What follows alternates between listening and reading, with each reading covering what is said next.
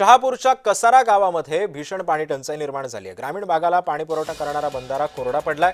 बंधाऱ्याखाली विकासकानं blasting केल्याचा आरोप आहे। ब्लास्टिंगमुळे बंधाराला गळती लागल्याचाही दावा ग्रामस्थांनी केलाय। शहापूर तालुक्यातील शेवटच्या गावात कसारा भागात आपण आहोत। पाण्याची जी समस्या आपण पाहत आहेत त्यात काही महिला आपल्या सोबत आपण जाणून घेणार त्यांच्या काय समस्या आहेत त्या महिलांकडूनच। ताई, काय सांगाल, कशी तुम्हाला पाण्याची समस्या लागते आणि काय? आम्ही कसारा गावात राहतो, आम्हाला पाण्याची खूप टंचाई आहे आणि आम्हाला असंच पाणी पाहिजे। आता जे टँकर येतात ना असेच। म्हणजे काय टँकरने पाणी आलं?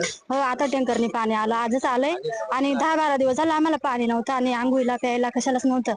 10-12 दिवस पाणी हो, 10-12 दिवस होऊन गेले। आम्हाला पाणीच नाही तर काय सांगणार, आमचे छोटे छोटे मुलं आहेत, पाणी इथून वाहून न्यायचं घरी, कसं सगळं करणार, जेवण वगैरे कसं करणार, काय आहे पाणी इथून न्यायचं। कसाऱ्यामध्ये 8 दिवसांनी पाणी येतं, परंतु कधी कधी 8 दिवस पण ओलांडून जातात तरीही पाणी येत नाही आणि जगातले सर्व प्रश्न सुटतात, परंतु कसाऱ्यातला 8 दिवसांनी जो नेहमीच पाणी येतं, आम्हाला असतं की नको रोज पाणी, पण कमीत कमी 8 दिवसांनी तरी एकदा पाणी यावं आणि एवढंच नाही तर 3 तास तरी आम्हाला दिवसातून एकदा पाणी सोडावं। 8 दिवसानंतर 3 तास तरी पाणी सोडलं तरी आमचं संपूर्ण पाणी भरून होतं। पाणी हे आम्हाला मिळालंच पाहिजे, कारण ह्या सर्वांचा अधिकार आहे आणि हक्क आहे। ग्रामपंचायत पाणी सोडत नाही? सोडतात पण 15 दिवसांनी सोडतात ना, आणि 2-3 खोलीवाल्यांना मग तेवढं पाणी पुरत नाही ना, प्यायला पाणी नाही आम्हाला, मग न्यावं लागतं। आमचे पाण्याचे खूप हाल होऊ राहिले, दसानी वर चढता येत नाही, काय करावं आम्ही?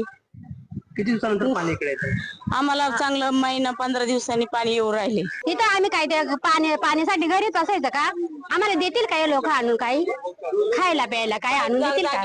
जेवण अनिल गजरे, जय महाराष्ट्र न्यूज।